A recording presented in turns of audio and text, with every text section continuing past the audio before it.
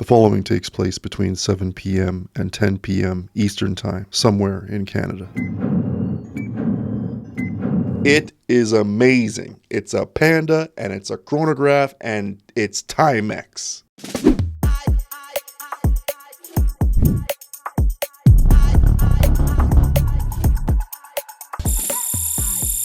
From the Marlin series, a 1960s vintage charmer that's pretty affordable. White gloves, bird's eye view. Let's check this baby out. Oh, it looks so good. Can you see that one? Look at that. Look at that nice dial. Now, I've reviewed the Q Chronograph. Now we've got the Marlin Chronograph. Right away, you got to let me know which one you like better. And check out that other video. I'll leave a link below, or maybe at the end of it, I'll have a link there for you to check that out. Yeah, but before we get too far, just let me know what you think right away at first glances. I mean, this thing is special. Stick around. I'll tell you which one I like better. It just may surprise you.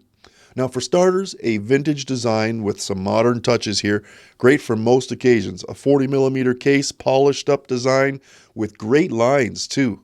This reference, I'll put it down below there, TW2W something. But yeah, don't worry about it. The case shape and measurements are close to that of the Q Chronograph, but we have a different color scheme and some small function and design changes. 316L stainless steel, all polished up here for you. Looks real sharp. I hope it's not too blingy for you. Just comment below if it is. But that's kind of the look of those older vintage designs. Now, I will post the specs here for you so you have a full idea of the measurements. I mean, this thing is coming in like Goldilocks. I think it's going to fit a wide range of wrists here. You may be surprised. Now, a screw down case back with the signature Timex info on the back. It's only 50 meters of water resistance, so I mean, plenty for a casual dress sporty design like this. Just be mindful of, splashing around and things like that. I wouldn't be submerging this thing in water. I'm sure you have a dive watch or something you wear when you go swimming in the pool, out in the ocean, or whatever it might be. So yeah, stick with that. An acrylic crystal here surprisingly allows for some good visibility, and there's some depth here to the dial by that layout inside. It's got a real nice look to it and wears real nice on the wrist too.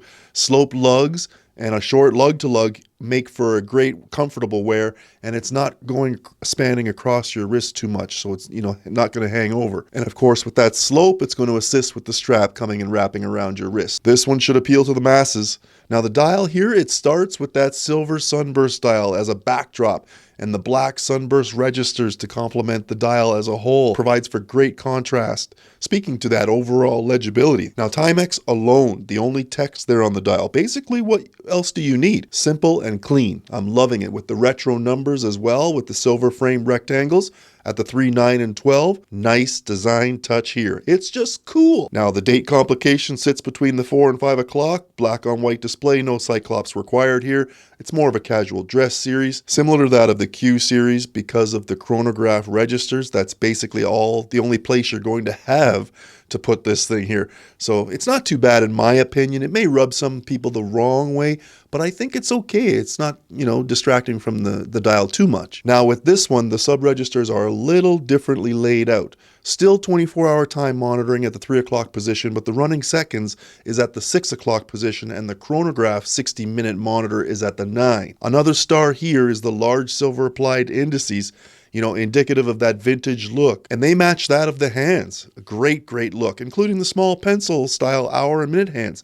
Even the chronograph hand is silver too. At least they're consistent across the board. Now overall, the dial works, and it doesn't look like it's a $300 watch. It looks like it costs more than that. Dial is finished off, not with an external fixed bezel tachymeter scale, but with an internal tachymeter chapter ring. This rounding out the dial with that sporty timing aesthetic. If you haven't used a tachymeter for measuring speed, give her a try one day. Just as a little crash course, if you pass a point like a mile marker, hit the start button. When you reach the next mile marker, hit the stop button. Now look at the tachymeter where the large seconds hand lands. So if that took you 45 seconds to go from A to B, when you look down, you'll see the tachymeter scale register at that 45-second mark. That will be the speed that you were traveling. It's pretty cool. And if you are skilled after you've done it a few times, you can actually look at the speedometer of the car and say, hey, yeah, look, that actually is the speed I'm going. Now, if you don't plan on using a tachymeter, then I can't give you that 30 seconds back. Thanks for hanging in there. Now, Timex quartz caliber movement runs this watch, and it's great. That mecha quartz is pretty impressive. You obviously have the tick tick, tick for the small seconds, but then that chronograph action is just beautiful. It shows you a little sweeping action to it, similar to that of the Q series that we reviewed as well.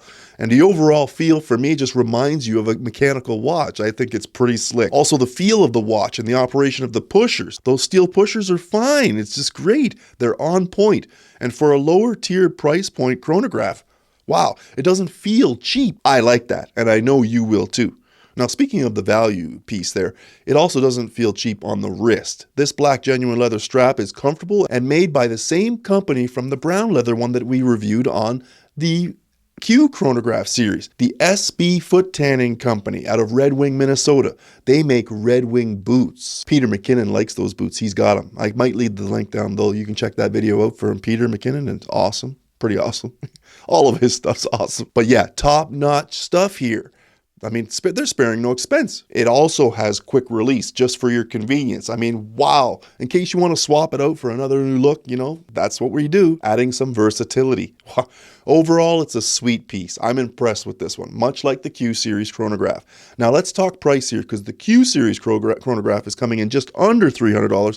And this one, the Marlin, is coming in just over $300. Yeah, I'm leaning towards, you know, this one here being more of the casual dress design with that less sportiness. So there's no surprise that they're close in the price, but I think either way, value for dollar, you're getting two good products here from Timex for chronograph complication watches.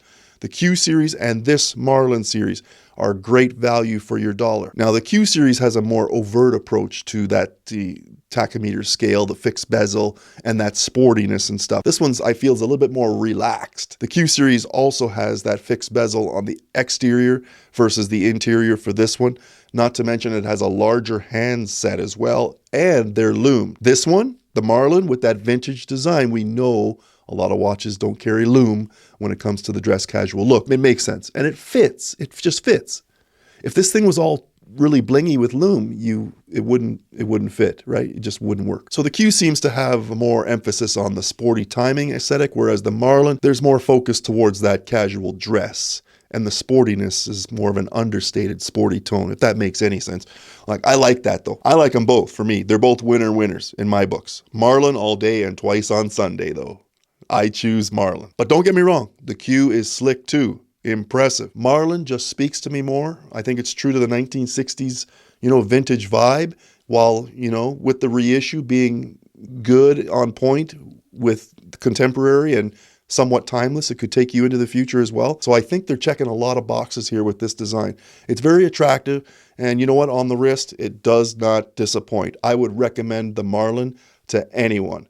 Men, women, kids, doesn't matter. If you've got the wrist for it, you can pull it off. Thanks for watching. Do all the fancy things for the algorithm, and we'll see you on the next one.